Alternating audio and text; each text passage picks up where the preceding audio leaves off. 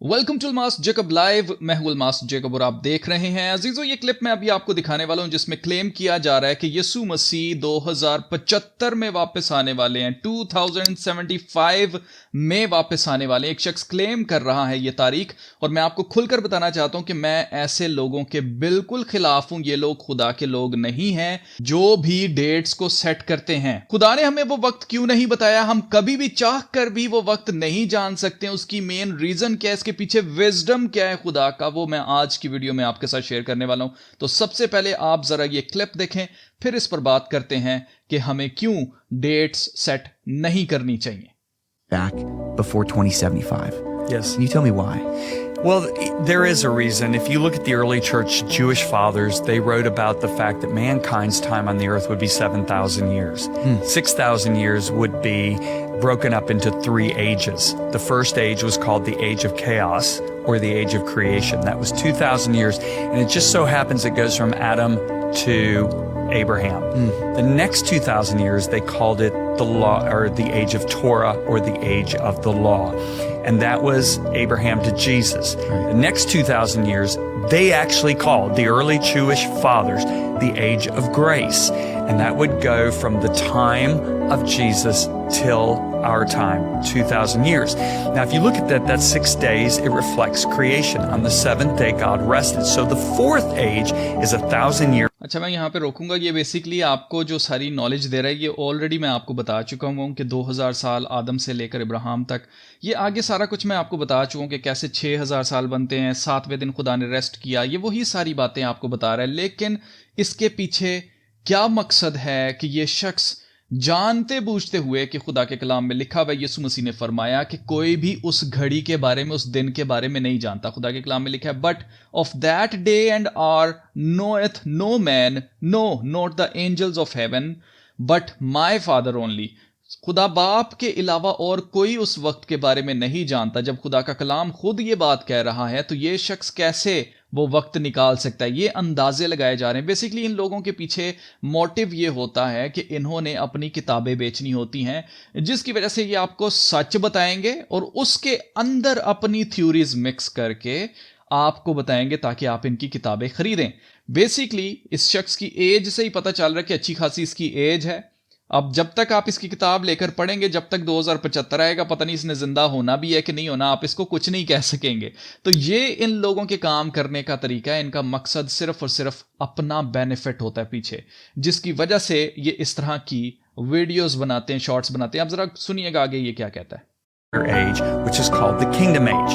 Now it's interesting, guys that are much smarter than me, okay, they have found out that Adam was created by looking at the book of Jasher, I think it is, because they found that in the Dead Sea Scrolls. They've looked at Genesis, Numbers, and all of them, and they discovered that Adam was created right around 3925 AD. ठीक है जी, अब ये dates निकालेगा और उस dates को निकालने के बाद कैलकुलेशन अपनी तरफ से करके और फिर ये आपको बताएगा कि सन 2075 तक यीशु मसीह वापस आ जाएंगे। अब यहां पर सवाल ये पैदा होता है कि यीशु मसीह ने ये क्यों कहा कि कोई भी उस वक्त, उस दिन, उस घड़ी के बारे में नहीं जानता है? क्यों यीशु मसीह ने ऐसा कहा? तो इसकी एग्जाम्पल मैं आपको एक छोटी सी देता हूं।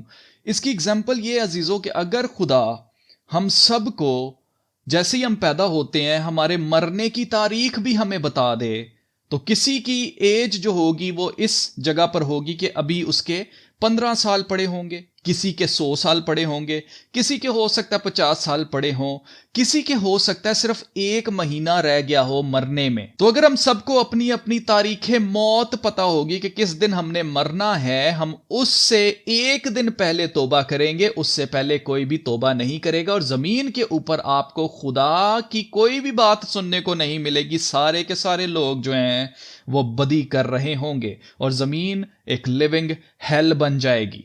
यही वजह है कि यह विजडम है खुदा का कि खुदा ने हमें ना तो हमारे मरने का दिन बताया है और ना ही हमें यीशु मसीह की दूसरी आमद का दिन बताया है, तारीख बताई है। हमें सिर्फ वक्तों को देखना है, जैसे हम सीजन्स को देखते हैं कि भाई गर्मी आती है, फिर गर्मी के बाद खजा आती है, खजा के बाद सर्दी आ जाती है, सर्दी आने के बाद फिर से बहार आती है, गर्मी आती है। तो हमें सीजन्स का पता है। बिल्कुल इसी तरह से जैसे हम सीजन्स को देखकर समझ जाते हैं कि हम अब आगे क्या आने वाला है सीजन, इसी तरह से हमें वक्तों को देखकर समझ जाना है कि यीशु मसीह की दूसरी आमद करीब आ गई है। ये सारा विजडम है क्या?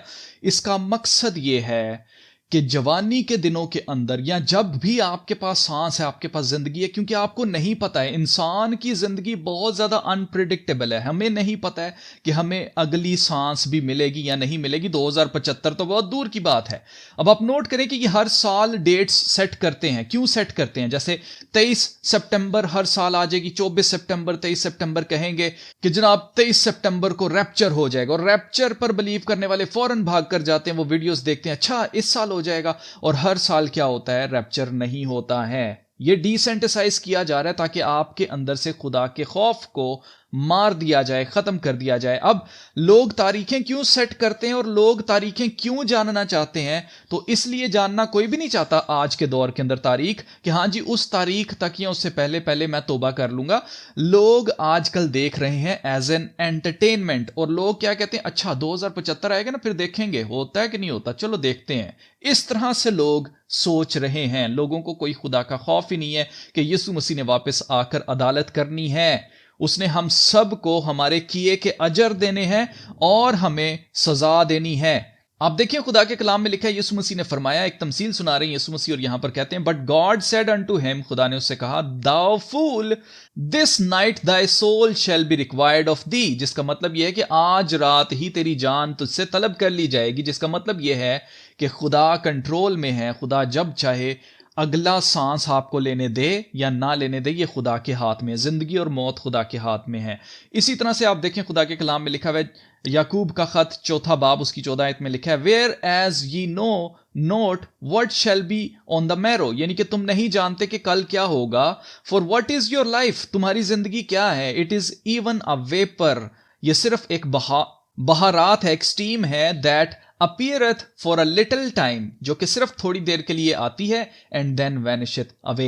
यानी कि इंसान की जिंदगी क्या है, थोड़ी देर के लिए है और उसके बाद नहीं है। तो हमें अपने अगले दिन का नहीं पता है, अगले पल का नहीं पता है, तो हम 2075 का क्या करें? बेसिकली इन लोगों का मकसद सिर्फ और सिर्फ अपनी किताबें बेचना है, और ये सारी बातें करके लोगों को गुमराह करना है, ताकि लोगों के अंदर से खुदा का खौफ जो है वो खत्म हो जाए। अब आप खुद देख लें कि इंसान की आदत है, जब भी पेपर होता है उससे पहले ही हम पढ़ने बैठते हैं। उससे पहले पूरा साल हम खेलते रहते हैं, बाकी काम करते रहते हैं, लेकिन जैसे इम्तहान आते हैं उससे एक दिन पहले बैठकर हम इम्तहान देने के लिए तैयारी करते हैं। तो सेम इसी तरह से इंसान की आदत है हर एक चीज को टालने की। इसी तरह से अगर उसको पता चल जाए कि यीशु मसीह ने किस दिन आना है, और आपको मैं बता दूं कि अगर आप बहुत ज्यादा कैलकुलेशनें करके कहीं पहुंच भी जाएंगे ना, लेट्स से कि आपका तुक्का बहुत ही अच्छा लग जाएगा, तो भी उस तारीख पर या उस डेट पर यीशु मसीह नहीं आएंगे, क्योंकि खुदा के कलाम में लिखा है कि दुल्हे को आने में देर लगी। यानी कि दुल्हा ने उस वक्त से भी थोड़े से देर से आना है। तो फिर आप कैसे कह सकते हैं कि 2075 में यीशु मसीह आ जाएंगे? ये हर दफा ही होता है। अगर आप गौर करें, 2000 सन शुरू हुआ तो लोगों ने कहना शुरू कर दिया था आखिरी सदी शुरू हो गई है।